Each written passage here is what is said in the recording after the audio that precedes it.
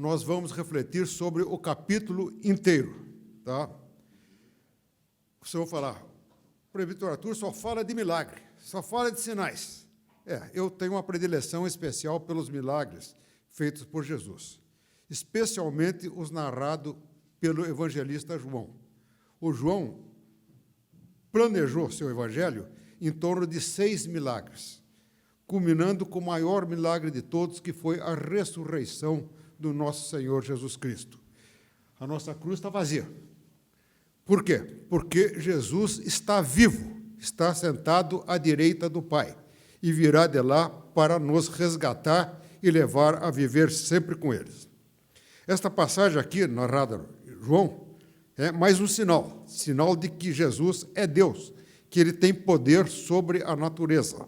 Foi ele quem criou a natureza, foi ele quem criou as leis, ele pode transgredir essas leis. Ele e só ele. Narrada apenas no Evangelho de João. Tá? O que me atrai especialmente nessa passagem é a conversão de uma pessoa pelo contato com Jesus e a oposição renitente dos inimigos de Jesus. Isto mostra que só tem 2 atitudes referentes a Jesus: aceitá-lo de todo o coração ou rejeitá-lo de todo o coração. O mesmo João, no capítulo 3, verso 18, que nós chamamos de Evangelho resumido, é enfático a respeito disso. Quem nele crê não é julgado. O que não crê já está julgado, porquanto não crê no nome do unigênito Filho de Deus. Então, meus irmãos, vamos ler verso a verso. Peço que mantenham a Bíblia aberta para podermos acompanhar. Versos 1 a 3. Caminhando Jesus, viu um homem cego de nascença. E os seus discípulos perguntaram: Mestre, quem pecou, este ou seus pais, para que nascesse cego? Respondeu Jesus: Nem ele pecou, nem seus pais, mas foi para que se manifestem nele as obras de Deus. O sofrimento e a morte entraram na nossa vida como resultado do pecado original. Adão e Eva viviam sem doença, sem praga, sem carrapato, sem pulga, sem barata, não é, Adi? Viviam uma vida maravilhosa. Por causa do pecado original, o sofrimento e a morte e toda essa desgraceira entraram no mundo. Todos nós trazemos o pecado dentro de nós, é o que se chama pecado original. No Salmo 51, Davi, o grande servo de Deus, fala: Nasci na iniquidade, em pecado me concebeu minha mãe. Todos nós trazemos esta mácula dentro de nós. Os discípulos de Jesus esqueceram disso, simplesmente passaram por cima disso e acharam que ou o ceguinho tinha pecado ou os pais dele tinham pecado. E Jesus nega terminantemente, veementemente, esta afirmativa. Nenhum deles tem culpa. Nós lemos uma passagem longa do profeta Ezequiel a respeito da responsabilidade individual de cada um. E essa passagem que nós lemos, para mim, é uma das passagens mais profundas da Bíblia, mostra a nossa responsabilidade individual. Por mais que eu ame meu filho, minha filha, minha esposa, meu pai, eu não posso fazer nada pela salvação de cada um deles. Por outro lado, por maior pecador que eu seja, que eu sou, eu não impedirei a salvação de nenhum deles. João, sempre o João, hoje é rodízio de João, maratona bíblica do evangelista João. João 1,9. Se confessarmos os nossos pecados, ele é fiel e justo para nos perdoar os pecados e nos purificar de toda a injustiça. E Apocalipse 3,20, também escrito pelo mesmo apóstolo João, Jesus afirma: Eis que estou à porta e bato. Se alguém ouvir a minha voz e abrir a porta, ouvir a minha voz e abrir a porta, entrarei em sua casa, cearei com ele e ele comigo. Quer dizer, meus irmãos, a responsabilidade perante o Senhor é individual. Cabe a cada um de nós abrir a porta. Cada um de nós responde pela sua decisão diante de Jesus. Seja a decisão boa, seja a má. Nada podemos fazer por qualquer outra pessoa, por mais que a amemos. Ninguém pode fazer nada por nós. Aí vem o verso 4 e 5. É necessário que façamos as obras daquele que me enviou enquanto é dia. A noite vem, quando ninguém pode trabalhar. Enquanto estou no mundo, eu sou a luz do mundo. Palavras de Jesus. Esses dois versos não têm nada a ver com a narrativa. Vocês veem, são uma interpolação. O João botou esse verso lá dentro. Bem ao estilo do João, ele contrapõe luz e trevas, dia e noite. O cego, coitadinho, vivia numa noite sem fim, vivia nas trevas. Jesus é a luz do mundo. Apenas Jesus pode afastar as trevas. Para nós também, o hino que foi cantado agora fala muito bem disso. Enquanto esperamos pela sua segunda vinda neste mundo de trevas, só é possível ver a luz através dele. Versos 6 a 12. O sinal, o milagre. Dito isto, cuspiu na terra e, tendo feito lodo com a saliva, aplicou-o nos olhos do cego, dizendo-lhe: vai e lava-te no tanque de Siloé, que quer dizer enviado. Ele foi, lavou-se e voltou vendo. Então os vizinhos e os que dantes o conheciam de vista como mendigo perguntavam: não é este o que estava sentado pedindo esmolas? Uns diziam: é ele. Outros: não, mas parece com ele. Ele mesmo, porém, dizia: sou eu. Perguntaram-lhe, pois: como foram abertos os teus olhos? Respondeu ele: o homem, chamado Jesus, fez lodo, untou meus olhos e disse-me: vai ao tanque de Siloé e lava-te. Então fui, lavei-me e estou vendo. Disseram-lhe, pois: onde está ele? Respondeu: não sei. Ele era cego, não tinha visto Jesus, então não podia saber onde Jesus estava. Então vocês veem, o cego, o nome dele não foi registrado. Ele é um agente totalmente passivo na narrativa. Ele não viu Jesus. Ele não pediu nada para ele. Ele foi apenas um instrumento da manifestação da glória de Deus. Note também, a saliva não é um agente medicinal. O lodo não é. Fazendo essa encenação de cuspir na terra, formar um barro, aplicar nos olhos do cego e ordenar-lhe ir se lavar no tanque de Siloé, Jesus não apenas está fazendo uma pantomima, uma representação teatral, para que todos vissem o que ele estava fazendo. Onde Jesus ia uma multidão atrás dele. Quer dizer, é o ano da popularidade. Onde ele ia, não tinha um minuto de sossego, não tinha um minuto de descanso. Ia todo mundo atrás dele. Então, aquele povo todo foi atrás dele e prestava muita atenção do que ele fazia. Eu acredito também que Jesus está testando a confiança e a fé do ceguinho. Se ele não fosse até o tanque de Siloé e não se lavasse, não seria curado. Jesus fez a parte dele. O ceguinho tinha que fazer a parte dele, tinha que obedecer, ir ao tanque de Siloé e lavar-se. Eu acredito também, era sábado, então muita gente não tinha o que fazer. Eu acredito que essa gente foi atrás do ceguinho, viu o milagre, viu o que aconteceu, e ficaram encantados. Um homem cego de nascença passando a ver. Verso 13 a 15. Levaram, pois, aos fariseus o que dantes fora cego, e era sábado o dia em que Jesus fez o lodo e lhe abriu os olhos. Então os fariseus, por sua vez, lhe perguntaram como chegara a ver, ao que ele respondeu: aplicou o lodo aos meus olhos, lavei-me e estou vendo. Aí aparece o contraste, meus irmãos. O povo, maravilhado, encantado com o milagre, achava que os fariseus eram pessoas melhores do que eles, mais conhecedores da lei, mais praticantes da lei. Esperavam que os fariseus, com o prestígio social que tinham, com o prestígio religioso, atestassem aquele milagre e confirmassem Jesus como Messias. Se o povo ficou encantado, a reação dos fariseus foi totalmente oposta. Vejam o verso 16.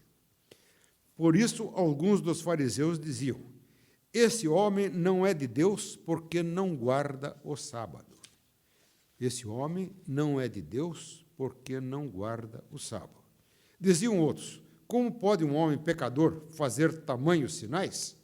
E houve dissensão entre eles. Vocês veem, meus irmãos, é a oposição total entre o farisaísmo e a verdadeira religião. Nós lemos em uníssono um verso do Evangelho em que Jesus condena os fariseus porque praticavam minúcias da lei e esqueciam o fundamento da lei, o amor de Deus. A única definição que a Bíblia dá de Deus, está também em João: Deus é amor. Jesus é Deus. Jesus é a encarnação do amor. O objetivo de Jesus é trazer cura e salvação. O objetivo dos fariseus era ganhar a salvação pelo seu próprio merecimento. Vocês veem a vaidade que está embutida nessa atitude religiosa. Ganhar a salvação pelas suas obras. Eles obedeciam minuciosamente, rigorosamente a letra da lei. Não a lei que nós obedecemos, não a lei do Senhor, mas uma lei que eles mesmos criaram. E por isso eles condenam Jesus por um detalhe: fazer um sinal no sábado. Condenam Jesus sem nenhuma chance de defesa. Quer dizer, meus irmãos, os fariseus, em vez de darem a glória a Deus por aquele sinal prodigioso, preferem condenar Jesus por haver curado no sábado. Vocês veem a atitude totalmente diferente. Verso 17, vamos voltar para a nossa leitura.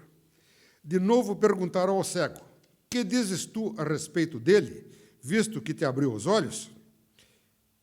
Que é profeta, respondeu ele, que é profeta.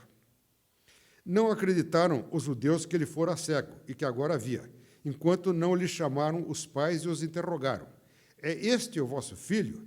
De quem dizeis que nasceu cego? Olha lá a maldade implícita. De quem dizeis que nasceu cego? Veja que os fariseus estão chamando tanto o ceguinho quanto os pais dele de mentirosos. Como, pois, vê agora? Então os pais responderam: sabemos que este é o nosso filho e que nasceu cego, mas não sabemos como vê agora ou quem lhe abriu os olhos. Também não sabemos.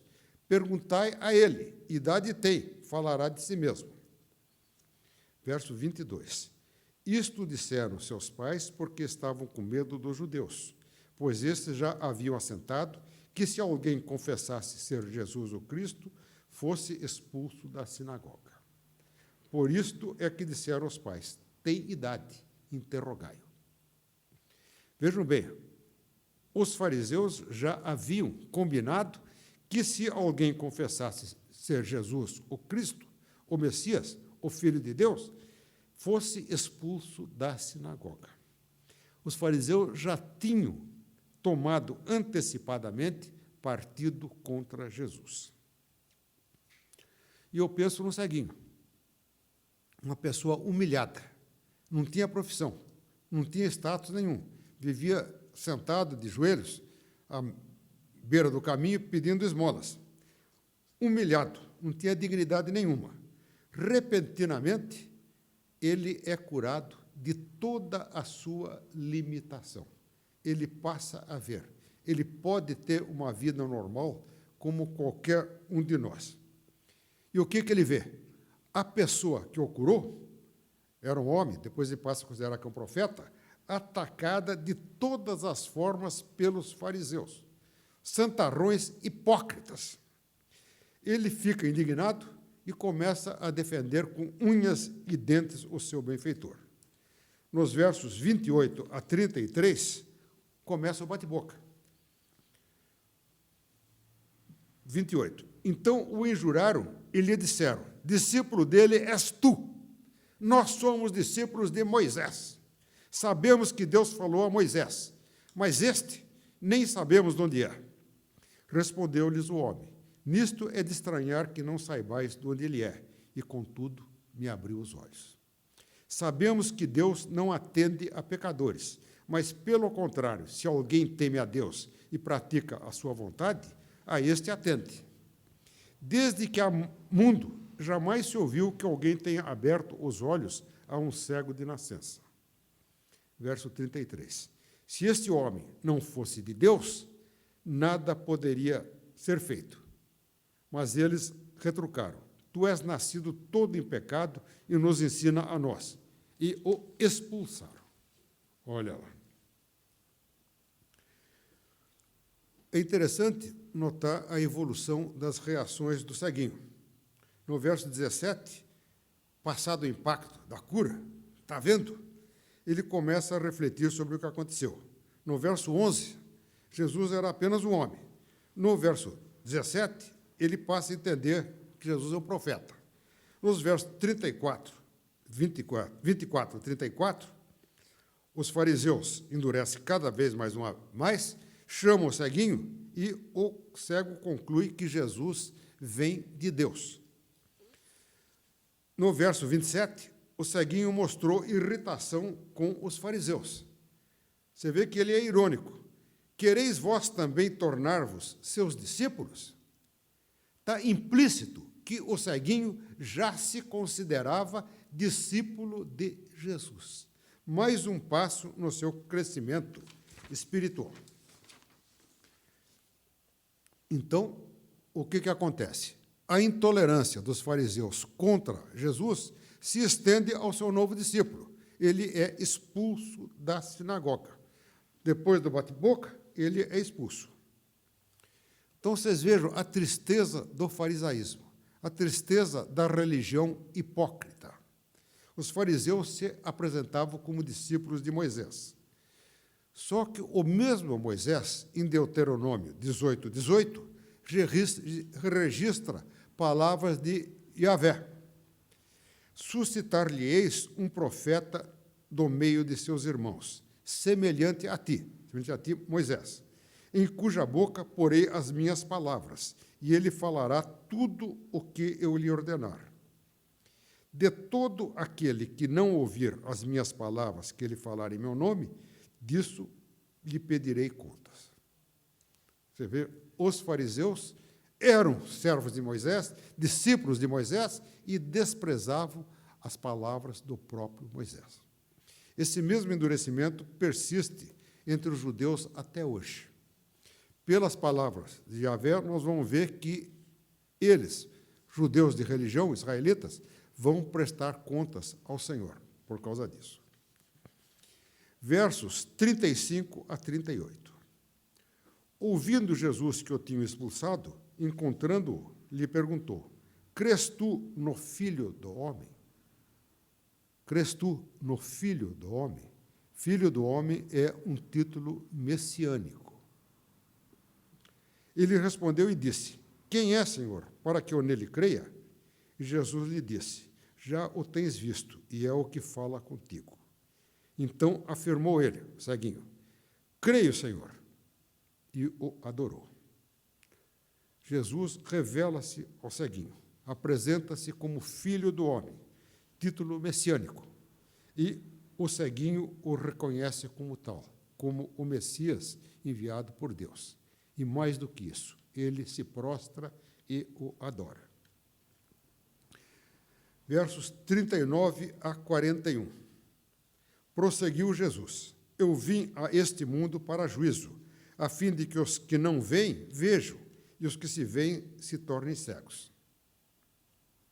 Alguns dentre os fariseus que estavam perto dele, olha lá, os fariseus seguindo Jesus, procurando pegar Jesus em qualquer esparrela. Onde ele ia, não ia só a multidão fiel, iam também os inimigos tentando pegá-lo na retranca. Os fariseus que estavam perto dele perguntaram-lhe: acaso também nós somos cegos? Verso 41. Respondeu-lhes Jesus: se fosseis cegos, não teríeis pecado algum. Mas agora, por que dizeis, nós vemos, subsiste o vosso pecado. Olha lá. Os fariseus seguindo Jesus, tentando pegar Jesus numa esparrela. Ouvem a reprimenda e vestem a carapuça. Percebe que aquelas palavras estavam dirigidas exatamente para eles. Tentam retrucar.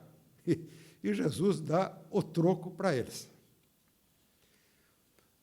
Nesta leitura, esses versos 39 a 41 são a conclusão da passagem. É um resumo de tudo o que foi dito, resumo feito pelo próprio Jesus. Ele enfatiza a cegueira espiritual de quem se posiciona contra ele, diferencia os eleitos, que têm olhos para ver e ouvidos para ouvir, dos pecadores, cegos e surdos pelos seus próprios pecados. O ditado popular: o pior cego é o que não quer ver. Segundo Jesus, pior ainda é quem nega o seu pecado, dizendo que vê e permanece no pecado.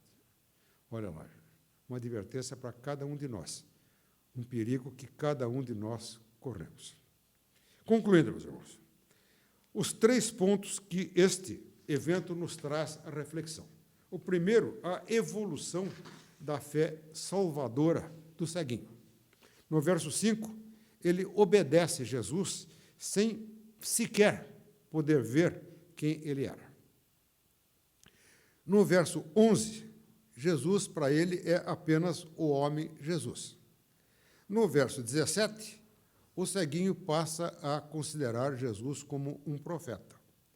No verso 25, ele nega que Jesus seja pecador, como os fariseus estavam insistindo. Toma partido, bate boca com eles, defendendo Jesus. No verso 33, ele conclui que Jesus vem de Deus. E no verso 38, conclui que Jesus é o Filho de Deus. E o adora, como Deus, como o Messias prometido. Segundo ponto, o fato de que todos nós somos pecadores e que somente Jesus pode modificar esta situação. O reconhecimento desta realidade, a aceitação de Jesus como nosso Salvador, é uma atitude pessoal e que precisa ser tomada individualmente por cada um de nós.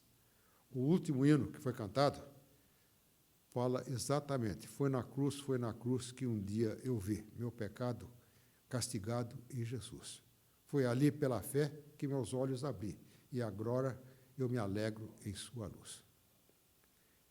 Terceiro e último, o perigo da religiosidade externa, sem compromisso real com Jesus. Caso dos fariseus, pura hipocrisia.